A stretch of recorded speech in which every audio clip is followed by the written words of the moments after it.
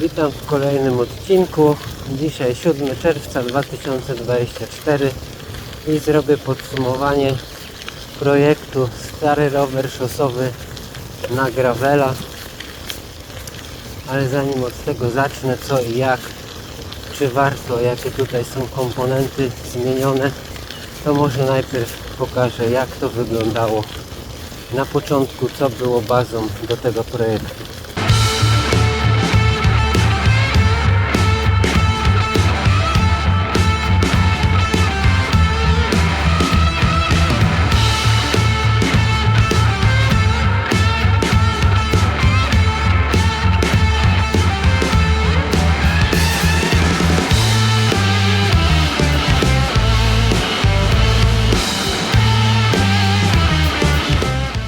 I teraz, kiedy już tą bazę mamy za sobą, to podjadę gdzieś w jakieś fajne miejsce w terenie i pokażę, omówię, co i jak tutaj mamy w tym rowerze założone.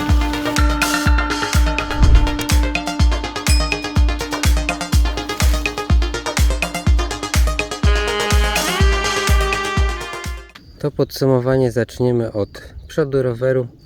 I zacznę od koła. Było tutaj koło Mavica oryginalne od Peugeot Triathlon. No niestety ono dość często się centrowało, przez to, że już pewnie były stare szprychy.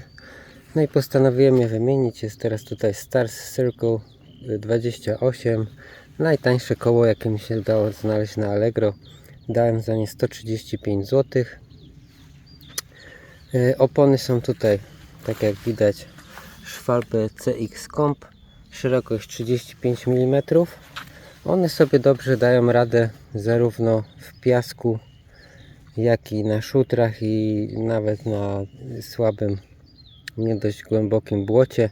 Oczywiście cudów tutaj nie ma, no to nie jest rower MTB, ale idzie przejechać w tak naprawdę wszystkich warunkach. Także przejdźmy dalej. Klamko manetki Micro New z AliExpressu.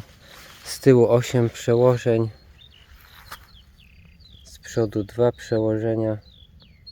One spisują się poprawnie, jednak chyba moim największym zastrzeżeniem co do nich jest ergonomia. Nie wiem, czy ja może ich nie potrafię dobrze ustawić pod siebie, czy co, ale no przy dłuższej jeździe dosyć mocno męczą mi się ręce. I one kosztowały jako komplet 203 zł. Następnie mamy tutaj kierownicę. Jest to kierownica z Crossa Escara bodajże 4.0. Za nią dałem 50 zł. Jest tutaj również nowy mostek, no bo stary był pod kierownicę 25,4 mm. Tutaj ten Promax 80 mm też jest skrócony, bo tamten był bodajże 120 mm. Kosztował 50 zł. Trzeba było też zmienić adapter tutaj ten, ponieważ no on był dostosowany tylko do jednocalowych mostków, a tutaj mamy 1,8 cala. I ten adapter wspornika kosztował 27 zł. Tak jak już chyba wspominałem, mostek 50 zł. Owika najtańsza, jaką udało mi się znaleźć na Allegro. Ona kosztowała 10 zł i co najśmieszniejsze, nie miała kleju. Przykleiłem ją na taśmę dwustronną do kierownicy. No i tutaj jeszcze mam takie końcówki kierownicy. To by było tyle, jeśli chodzi o przód roweru. Za chwilę dalsza część.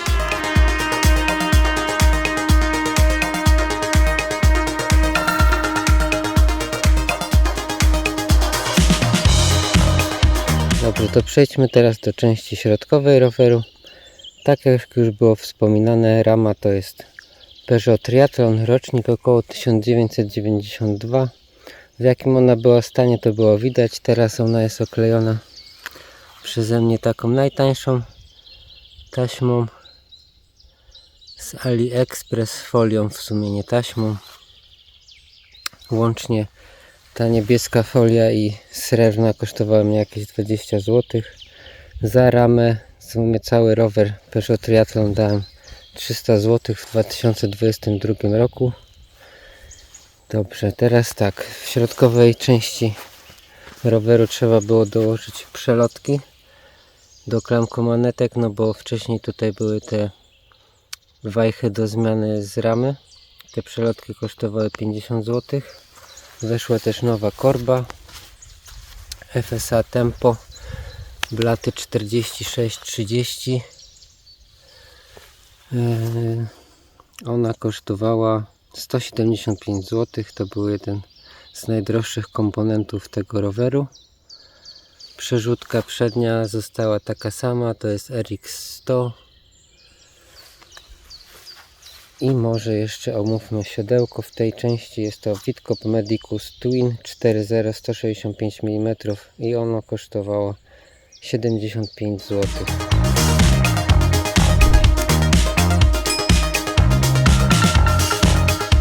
To przejdźmy do omówienia ostatniej, czyli tylnej części roweru. Może powiem o hamulcach, bo z przodu o nich nie mówiłem. Tutaj są oryginalne hamulce RX100, które były w Peugeot Triathlonie. Przód i tył, one są szczękowe oczywiście. Koło z tyłu jest Mavica, takie jak było w oryginale. Kaseta Shimano Claris 8-rzędowa kosztowała 65 zł.